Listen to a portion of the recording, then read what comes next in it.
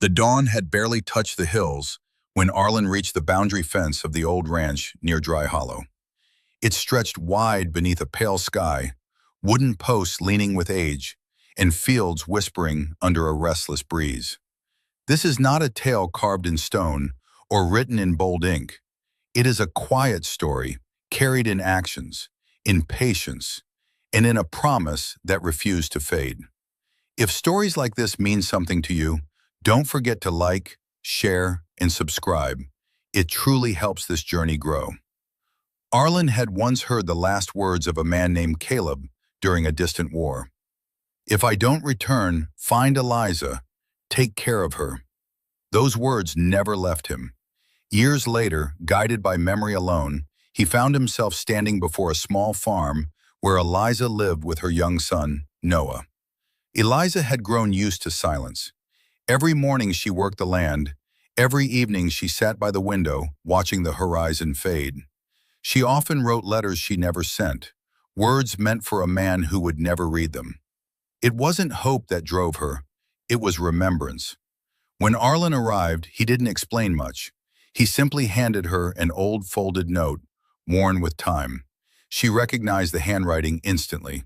Her hands trembled, but her voice stayed steady. "You knew him?" she asked. Arlen nodded. That was enough. He didn't ask to stay. He didn't need to. The broken fence was fixed by the next day. The leaking roof stopped dripping.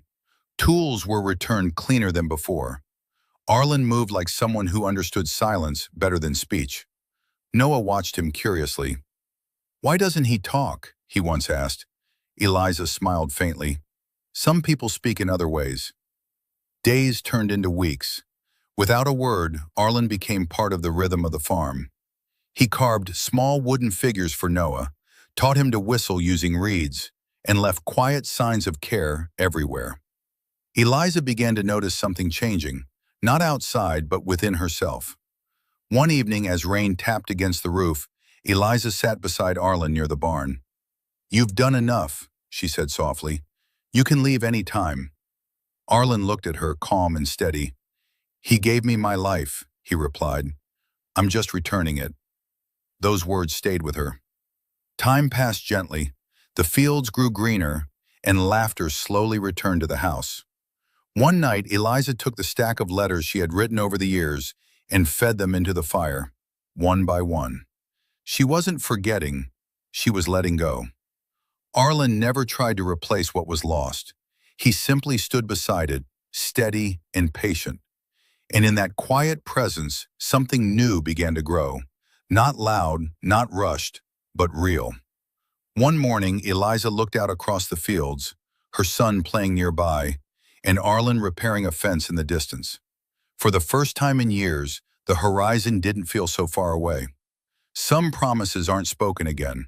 They are lived. And sometimes the strongest bonds are the ones built in silence. If this story touched your heart, make sure to like, share, and subscribe for more stories.